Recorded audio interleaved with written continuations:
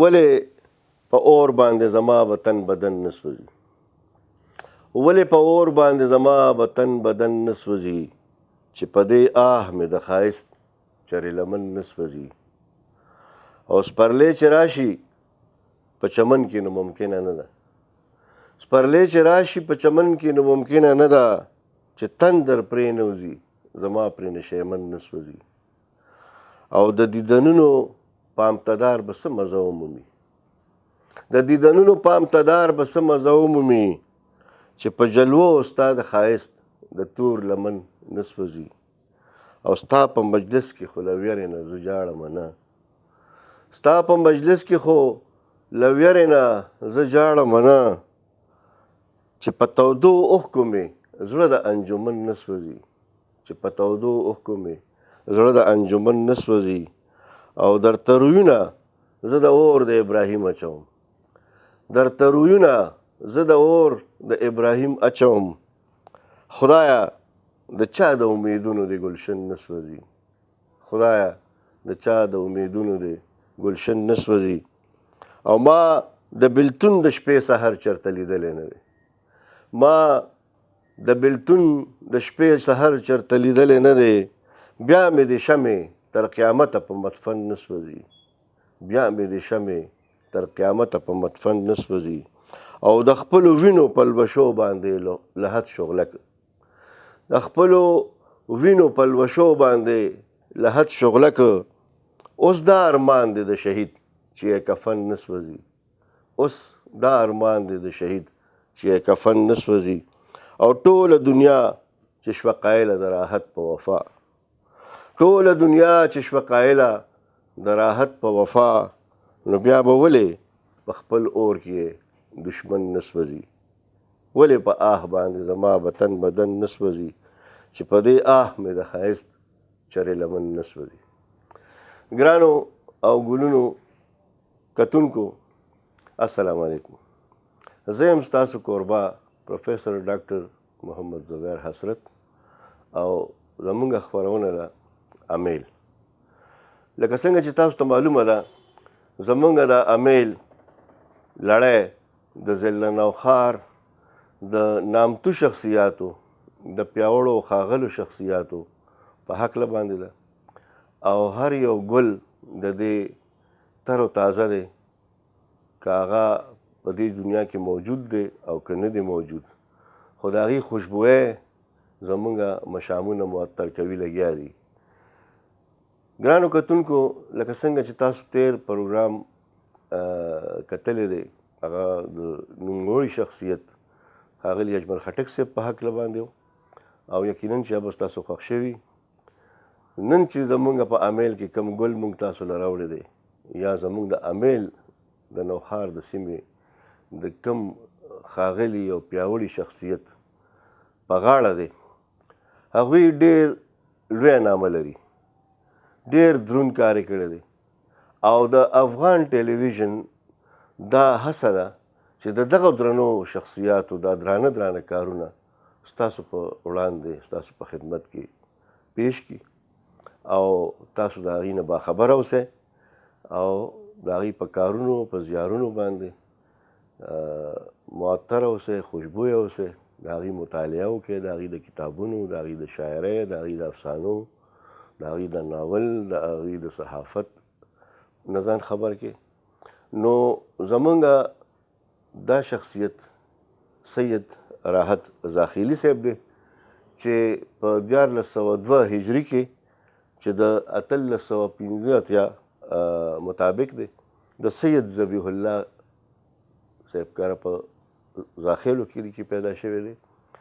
او ابتدایي زده کړې یې په خپل کلي زاخیلو کې حاصلې کړي دي. وروستو د اخندزاده مولانا حمدالله صاحب شاګرد پاتې شوی دی، او د دغه شاګردۍ نه پس هغوی بیا د کلي نه وتلي دي د نور تعلیم دپاره، د نور د علم حصول دپاره، او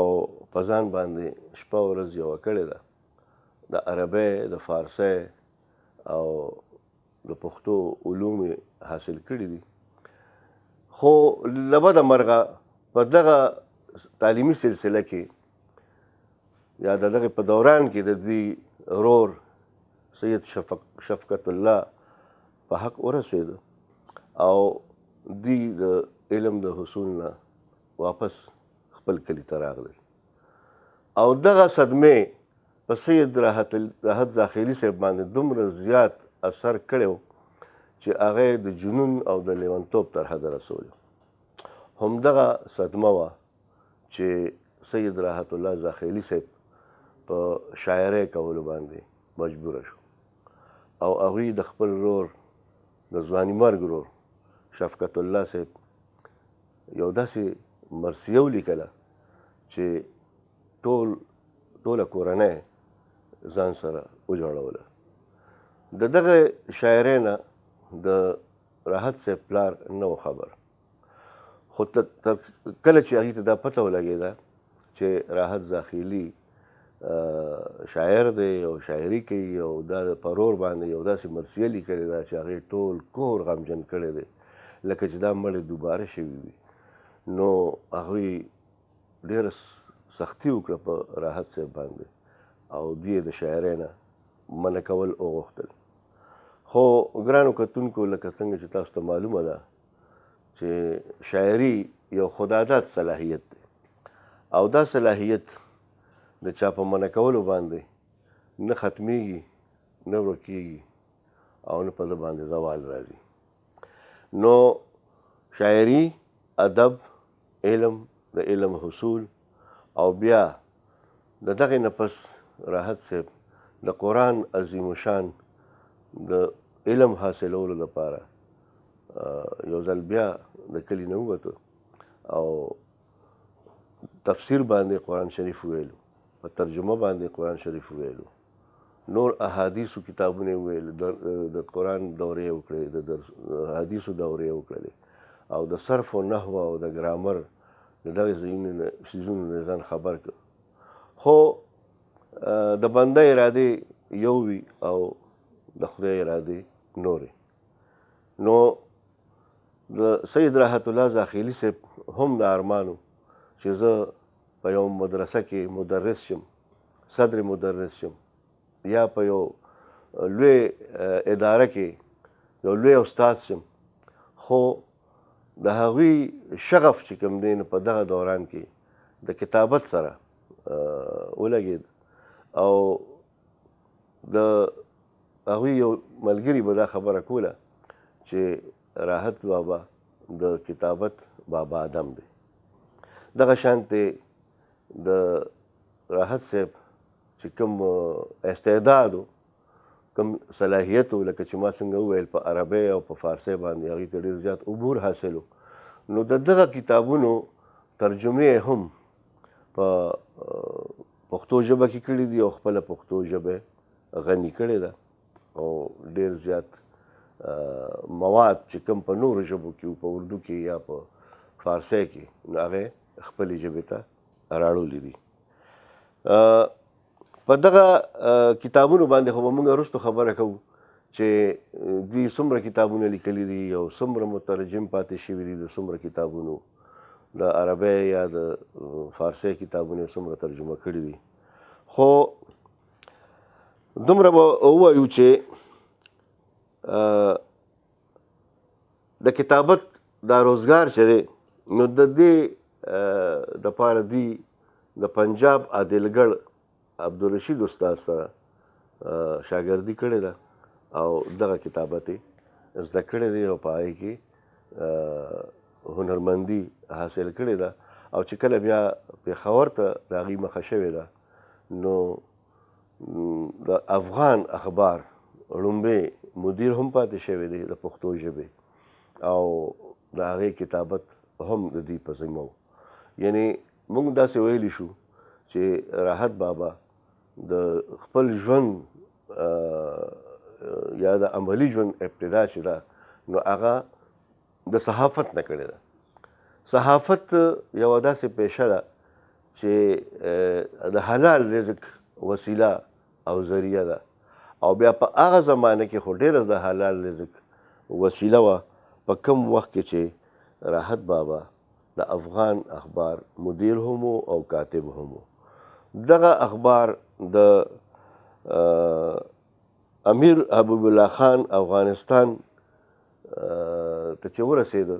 او د دوی لومړی ناول نتیجه عشق، نو هغوی دا خواهش ظاهر کړ چې راحت صاحب راشي افغانستان ته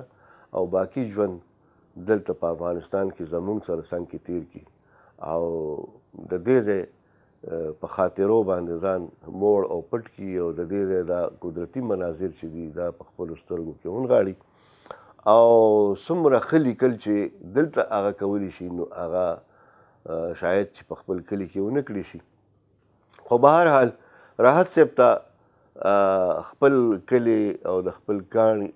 کلي کاڼي او بوټي او جاړې او ګلونه دا د هر څه نه ډېر زیات خواږه وو. هغوی څه د کورنو مجبورو له کبله او څه د خپلو مصروفیاتو له کبله افغانستان ته لاړ نه شو او همدغه اخبارونو سره منسلک پاتې شو او په پېښور کې دغه یو اخبار چې کوم دی نو په 1940 کې د هند د ویش نه پس بند شو. نو یو کال نیم خو بیا هم وچلېدو د راحت صاحب په ادارت کې او د دوی په کتابت کې. خلکو به د راحت صاحب د شاعرۍ په زور باندې خلک دې ته رامایل کول چې دا اخبار واخلي او د دې عادي شي، د دې کتو عادي شي او د ملکی حالاتو نه د بین الاقوامي حالاتو نه باخبره پاتې شي او د علم حصول هم چې کوم دی نو د اخبار یوه ذریعه ده چې ځکه په دې کې ډېرې زیاتې مقالې او مضامین او مختلف وقتاً فوقتاً شاعري او نظم او غزل او نور اصناف چاپ کیږي. نو د دوی ذهني روزنه کیږي او د دوی علمي روزنه کیږي. نو په دې حساب باندې هغوی د 1948 نه پس په 1913 کې غالبا یو اخبار بل جاری کو د هغې نوم ستړی مشي. ستړی مشي اخبار کې هم راحت صاحب دغه و د پښتو ژبې مدیرو او څنګه چې د دې اخبار د نوم نه معلومیږي تاسو ته چې ستړی مشي نوم دی، نو دا اندازه تاسو ولګوئ چې دا اخبار به ټول په پښتو کې او د دې کتابت هم د راحت صاحب په برخه باندې یا دغه په ذمهوارۍ باندې. نو دغه اخبار به ټول په ټوله راحت صاحب چلولو. خو څنګه چې تاسو ته پته ده ګرانو کتونکو چې زمونږ که ادبي صحافت دی او که د پښتو عام صحافت دی نو د هغې ډېر زیاته عزت افزایي یا قدر افزایي نه کیږي. دغه شانتې د دغه اخبار عمر هم چې کوم دی نو ډېر زیات لنډ او کله چې هغه سر ته ورسېده نو حمزه صاحب دا وینا وه چې راحت صاحب د پښتو نثر په نثر کې ډېره ښه ترجمه کوي او د نظم په نظم کې ډېره زیاته ښه ترجمه کوي. نو د حمزه صاحب غوندې د لوی شخصیت دغه سند د راحت صاحب دپاره ډېر زیات د قدرولو او د نازولو وړو چې د هغې غوندې یو لوی علمي هستی د دوی دپاره دغه سند ورکړ. نو دغه شانتې هغه د کاتبانو لکه چې ما څنګه وویل چې بابا ادم و، دغه شانتې د مترجمینو هم بابا ادم و چې لومبی د هغې ناول چې و نو هغه نتیجه عشق لکه د دې د ترکیب تاسو وګورئ دا د فارسي ترکیب دی او د هغې دویم نوم چې دی نو هغه ماهرخ دی. ماهرخ او نتیجه عشق دا یو ناول دی خو ځینې خلک وایي چې دا د راحت صاحب نه نیمګړی پاتې شوی دی او د ځینو خلکو په خیال باندې دا پوره ناول دی. د بده مرغه دا کتاب که په افغانستان کې چاپ شوی دی یا په پښتونخوا کې چاپ شوی دی خو اوس ناپید دی او آوټ آف مارکیټ دی، موږ ته په لاس باندې نه راځي او زموږ تر نظره نه تېرېږي. نو دغه یو بېله ستونزه ده چې موږ ته مخې ته ده. نو د ستړی مشي اخبار نه پس ته په 1948 کې شهباز اخبار هم جاری شو او د شهباز اخبار کتابت او مدیریت د پښتو ژبې هغه هم د دوی په ذمه باندې و. نو دا د دې ټولو مشرانو د هغې د دوستانو دا خبرې چې کوم دي نو هغه بې ځایه نه دي، هغه ډېرې په ځای باندې دي چې څوک ورته ډېر ښه مترجم وایي او څوک ورته د کتابت او د صحافت بابا آدم وایي. نو یقینا چې د راحت زاخیلي صاحب کار او زیار چې دی نو هغه ډېر زیات دی. او که موږ د هغې په خاندان باندې نظر واچو نو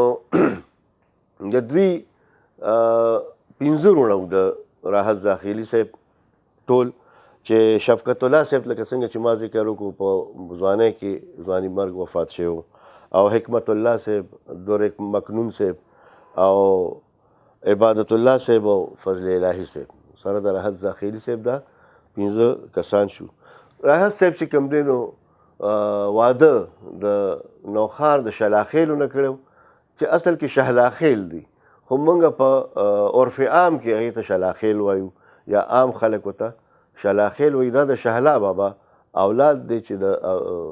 ترکې په مقبره کې مدفون دی او د هغې د کورنۍ رسته زنانه چې ده نو دا د راحت صاحب په نکاح کې راغلې ده او راحت صاحب چې کوم دی نو داسې بریښي چې هغه بې اولاده وفات شوی دی، ځکه چې تذکرو هیڅ قسمه تذکرو د هغوی د اولاد ذکر نه دی کړی او د هغې وفات چې کوم دی نو هغه د پېښور د سرکې دروازې نه بهر د یو ورکوټي کور چې دوی په خپله باندې اخیستی و د پېښور د صحافت په دوران کې دا د مدیریت په دوران کې نو په هغې کې د دوی وفات شوی دی او دغه وفات چې کوم دی په 29 مئی 1963 کې هغې د دې فاني دنیا نه کوچ کړی دی او مونږ یا پښتو ژبه او ادب دی غریبانان پرېښي دي، خو غریبانان نه دي ځکه چې هغوی د خپل ځان نه وروستو ډېره زیاته لویه علمي ادبي سرمایه پرېښې ده، خپل افکار یې پرېښي دي. دغه افکارو کې مونږ د راحت صاحب طنز و مزاح هم وینو، د هغه افسانه هم وینو، د هغه ناول هم وینو، د هغه صحافت هم وینو. او بیا د خوشبختۍ خبره داسې ده چې د ځینو محققینو په خیال باندې په 1919 کې راحت زاخیلي صاحب لومبۍ افسانه پښتو ته ورکړې ده او د هغې نوم دی کونډه جینۍ. کونډه جینۍ باندې ډرامې هم جوړې شوي دي او فلم پې هم جوړ شوی دی، خو بنیاد چې کوم دی نو هغه راحت زاخیلي صاحب ایښی دی. د دې وینا نه پرته چې د قلندر مومند صاحب په خیال باندې د پښتو لومبۍ افسانه نګار جې جي لوریمر یعنی لړم پیرنګی دی. دغه لړم پیرنګی چې دی نو هغه د ساوت وزیرستان پولیټیکل ایجنټ پاتې شوی دی او هغوی چې کومې افسانې لیکلي دي 3 افسانې هغې په کتاب کې شاملې دي او د هغې د کتاب نوم دی A Dictionary of Waziri Language. نو دغه 3 افسانې په رومن کې لیکلي شوي دي. رومن موږ په انګریزۍ کې هغه خط ته وایو چې موږ پکې پښتو لیکو یا پکې اردو لیکو، خو د انګریزۍ په الفابیټ کې لیکو، د انګریزۍ په حروف تهجي کې لیکو. دغې ته موږ رومن وایو یا عام خلک ورته رومن وایي. نو د قلندر مومند صاحب په خیال باندې د پښتو ژبې لومبۍ افسانه نګار لړم پیرنګی دی، خو د نورو محققینو په خیال باندې د پښتو ژبې لومبۍ افسانه نګار سید راحت الله زاخیلي صاحب دی چې په 1919 کې لومبۍ افسانه کونډه جینۍ لیکلې ده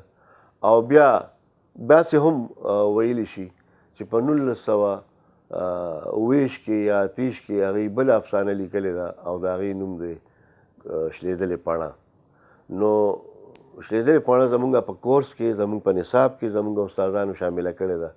او دغه چې موږ ګورو نو دا موږ ته افسانه نه ښکاري بلکې دا موږ ته یو تکل ښکاري. تکل مطلب انشائیه یا یو لایټ ایسه، لایټ مضمون یعنی یو هلکا پلکا چې په هغې باندې لوستونکي صرف وښکو کې موسکي کېږي. د ظرافت او د طنز نه ډک یو داسې مضمون چې هغه زموږ په شونډو مسکا راولي او مونږ خندینه کوي یا خندنۍ خبرې وي پکې. خو د ځینو خلکو په خیال د تکل دپاره ګریزونه خو ضروري دي، خو د شګفتګي هم ضروري ده، خو طنز و مزاح ضروري نه دی چې دا طنز دې پکې یا مزاح دې پکې وي. نو به هر حال د راحت زاخیلي صاحب دغه شلېدلې پاڼه چې ده په دې کې انداز خو ډېر زیات شګفته دی او په شلېدلې پاڼه باندې پکې طنز دی یا په نورو څیزونو باندې پکې هم طنز شوی دی، ځکه چې د پاڼې او د چڼې خپل اوس کې مکالمه ده. د پاڼې او د چڼې دا مکالمه دومره شګفته انداز لري چې لوستونکي په اوښکو کې موسکي کېږي. نو دغه دویم لیک چې دی د راحت صاحب هغه د تکل په شکل کې دی او لومبی لیک یې د افسانې په شکل کې دی. د دې نه پس ته بیا هغوی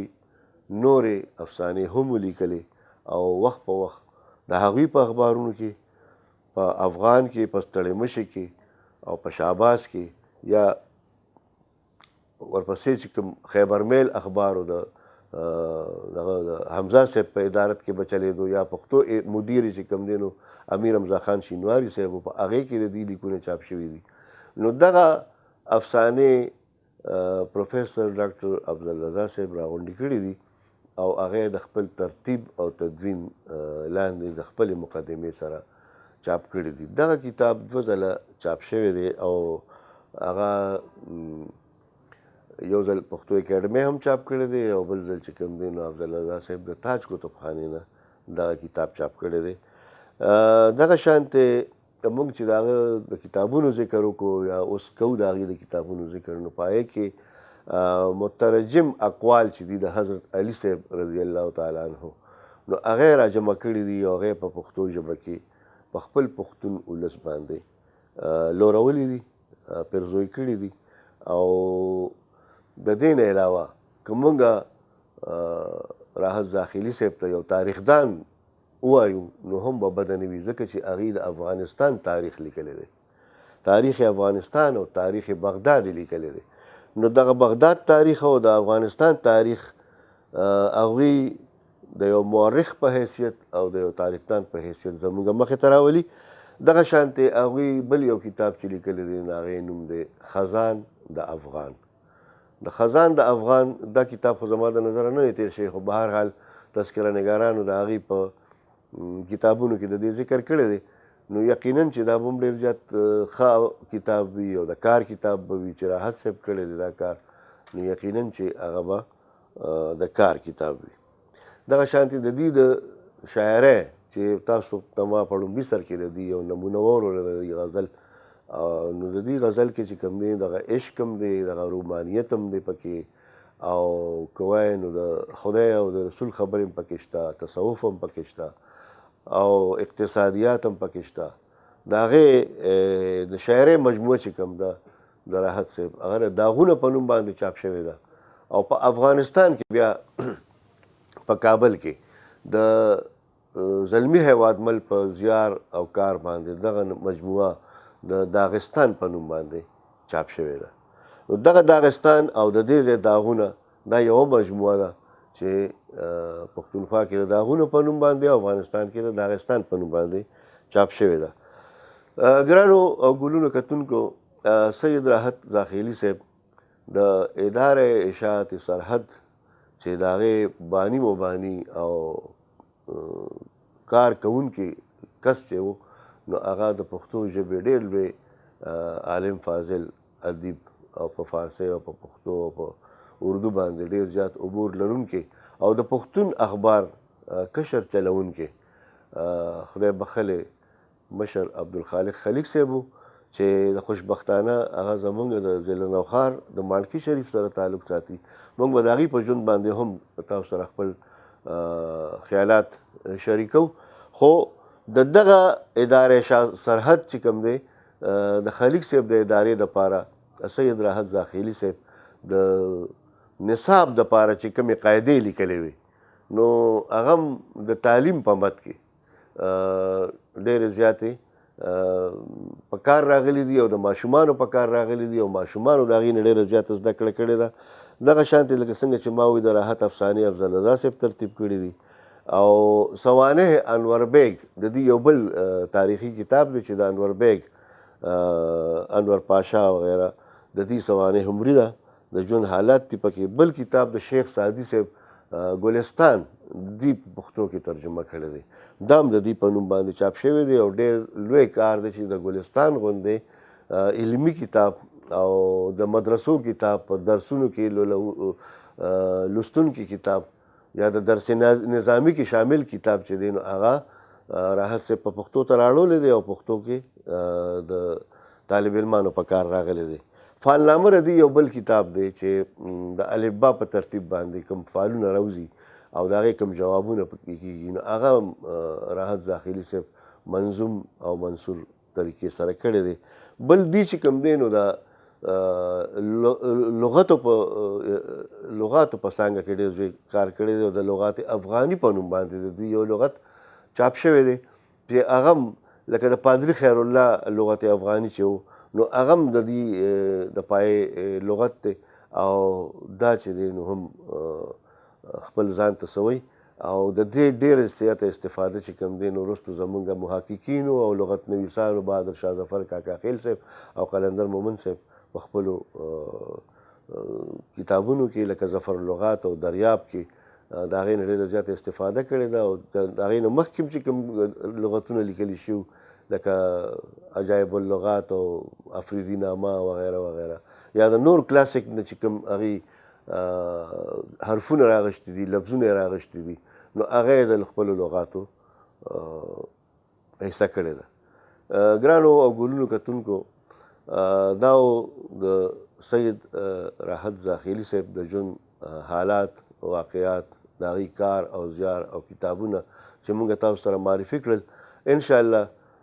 خپل بل امیل بل خپرونې سره به ستاسو په خدمت کې حاضرېږو. تر هغې وخته پورې اجازت غواړو د لوی الله په امان.